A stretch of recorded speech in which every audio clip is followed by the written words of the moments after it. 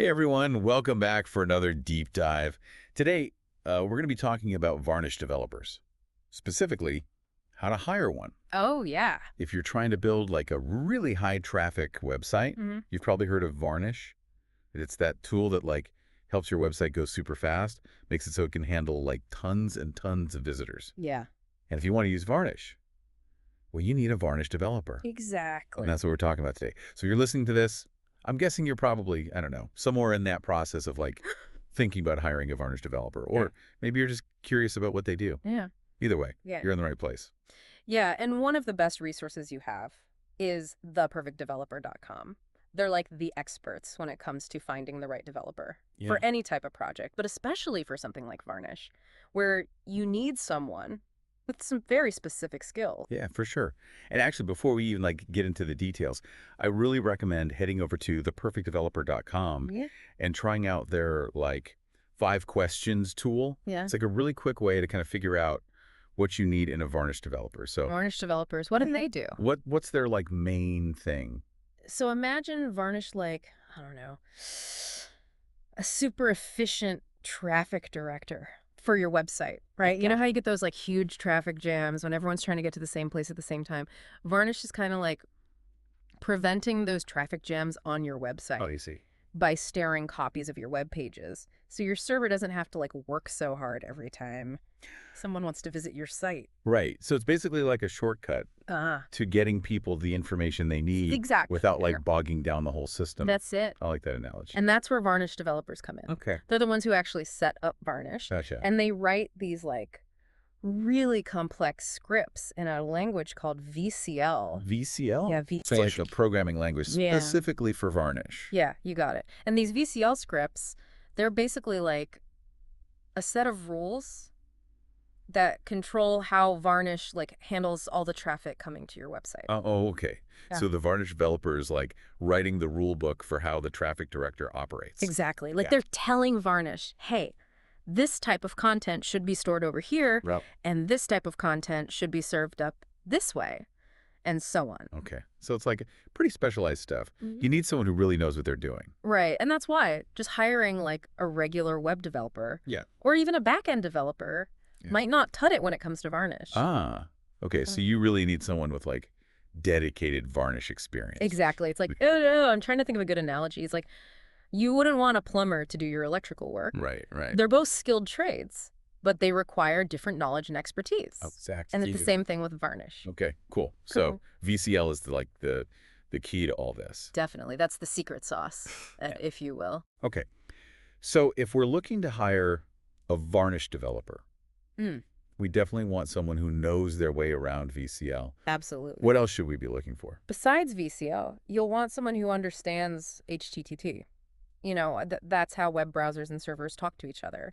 They should also be comfortable with Linux or Unix systems because those are like the operating systems that Varnish usually runs on. Oh, And right. then they're also like the soft skills. Why, yes. Those are always important. They are things like problem-solving skills, communication skills, attention to detail. Because it's like if something goes wrong with Varnish, Right. you need someone who can like figure out what's going on and fix it. Yeah, exactly. And they need to be able to communicate clearly with other developers Maybe to you. to keep everyone in the loop. So it's like a mix of technical skills and like people skills. Yep, You yep. need both. Absolutely. Okay. So let's talk about the elephant in the room. What money? How much do these Varnish gurus actually cost? Yeah, that's a big question. And it really depends on a lot of factors. Experience level, location, whether you're hiring full-time or freelance. Right. But I can give you like a general range. Yeah, that would be great. So, entry-level Varnish developers. Right. You might be able to find someone for around like, I don't know, $50,000 to $70,000 per year. Okay. But for mid-level folks, you're probably looking at more like $70,000 to $100,000. And then for those like really experienced senior level Varnish experts, you could be paying upwards of $100,000, maybe even $150,000 or more. Wow. That's a pretty wide range. Yeah, it is. And of course, location plays a big role too. Right. Because like Silicon Valley is going to be different from, I don't know, somewhere in the Midwest. Exactly. If you're hiring in North America or Western Europe, you're generally going to see higher salaries. But if you're open to remote work, you can explore some more cost-effective options in Eastern Europe or Asia. Oh, interesting. So you can actually like find really talented developers in other parts of the world Oh, yeah, for and sure. potentially save some money. Definitely. And that's another area where theperfectdeveloper.com can be really helpful. Okay. They have a global network of developers, so they can help you find the right person, no matter where they are. Okay, cool. So we've talked about salary, we've talked about location. What about like the actual hiring model? Do you go full-time, part-time in-house, outsource? I mean, Yeah, there are so many options. there are, and it can definitely feel overwhelming. It does. Like, how do you even Yeah. choose? Well, it really all boils down to your specific needs and your budget. Okay. If you need someone consistently working on your Varnish setup, Right. then full-time in-house might be the way to go. Makes sense. If you have like a smaller project or Yeah. a tighter budget, then part-time or outsourcing could be a better fit. Right. So it's really about finding the right balance for your situation. Exactly. And that's Yeah. another area where the perfectdeveloper.com can really help. They can help you like weigh your options and Yeah. connect you with developers who match your specific needs. So it's like having a Varnish matchmaker. Kinda, yeah. I like that. So before we get too deep into like the hiring process itself, I want to zoom out for a sec and talk about Varnish itself. Like, why should someone even use Varnish in the first place? What are the benefits? Varnish is like a performance booster for your website. It can make things so much faster, especially if you're dealing with a lot of traffic. Okay, so like speed is the main thing. Yeah, speed is huge. Yeah. But it's not just about speed. Varnish can also like reduce the load on your servers, Oh. which can save you money in the long run. Right, because like if your servers aren't working as hard, Yeah, you don't need as many of them exactly. or as much like processing power. Exactly. So it's like saving you money and making your website faster. It is. That's a pretty good combo. And on top of that, Varnish is really flexible. Okay. You can customize how it caches content. What does that mean? So like you can tell Varnish, hey, I want you to store these pages for this long and these pages for that long. Okay. And you can even set up rules based on things like the user's location or the time of day. Oh, wow. So it's Yeah. like really granular control. It is. It's pretty powerful stuff. Okay. So Varnish sounds pretty amazing, Yeah. but I'm guessing there are some downsides too. Right. Yeah.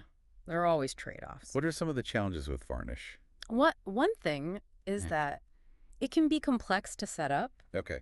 You really need someone who knows what they're doing, like Yeah. a skilled Varnish developer. Which is why we're having this conversation. Exactly. Okay. And another challenge is that Varnish can sometimes have compatibility issues With what? with certain other technologies, like specific web frameworks or certain types of databases. So you need to be careful and make sure that everything plays nicely together. All right. So it's like Yeah. you need to do your research Yeah. and make sure that Varnish is actually a good fit Yeah. for your specific situation. Exactly. Okay.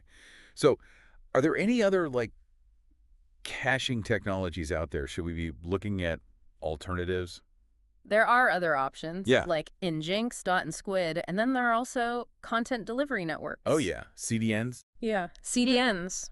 I've heard of those. Those are basically like networks of servers that are distributed around the world, Okay. and they can help to speed up your website Yeah. by serving content from a server that's closer to the user. So it's like having a local copy of your website Yeah. in different parts of the world. Exactly. Okay. But Varnish, Yeah. it often stands out Yeah. because it's so flexible and it can be really customized. Okay. So it's like if you need a really tailored solution, Varnish might be the way to go. Yeah. Yeah. Especially if you have like a high traffic website Yeah. and you need really granular control. Okay.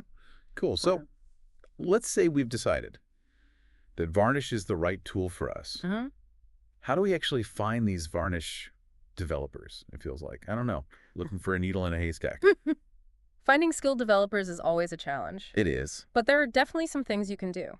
Like what? One option is to use freelance platforms like Upwork or TopTal. I've heard of those. They can be great for finding like independent contractors who specialize in Varnish. But how do you know if they're any good? That's a good question. You definitely need to vet them carefully. Okay. Look at their portfolios, read their reviews, and maybe even give them a small test project. To see how they perform. Exactly. Okay. Another option is to use job boards. Right. Like Indeed or LinkedIn. Yeah, exactly.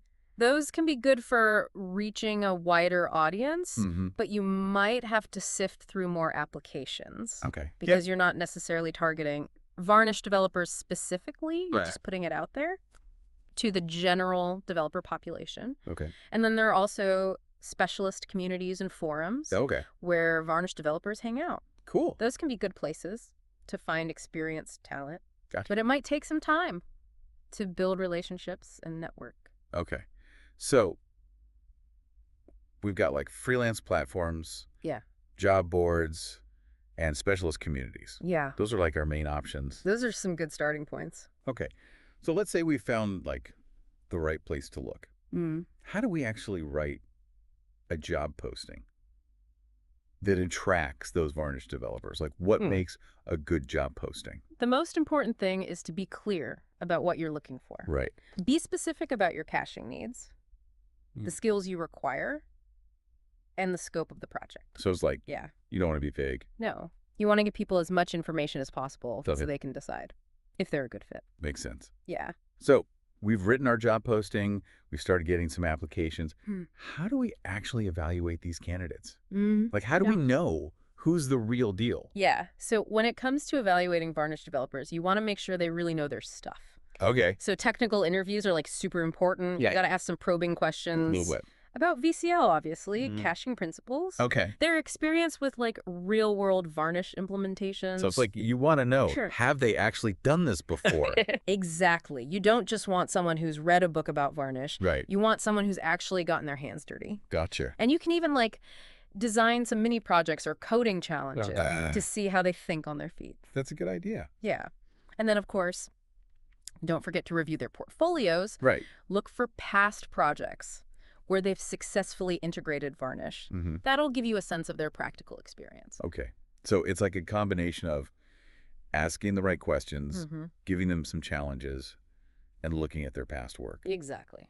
Okay, cool. So let's say we've hired our Varnish rock star. How do we keep them happy? How do we make sure they stick around? That's a great question. Retaining skilled developers. Mm. It's all about creating a positive work environment. Apparently. Set clear expectations, encourage collaboration, and offer opportunities for professional development. So it's like, oh, we want to give them the chance to learn and grow. Definitely. Varnish developers, they're motivated by challenging projects. They want to learn new things. Right. And they want to feel like they're part of a team. Makes sense. And of course, competitive compensation is important too. Yeah, got to pay the bills. Exactly. But it's not just about the money. Right. It's about creating a culture where developers feel valued and respected. Okay.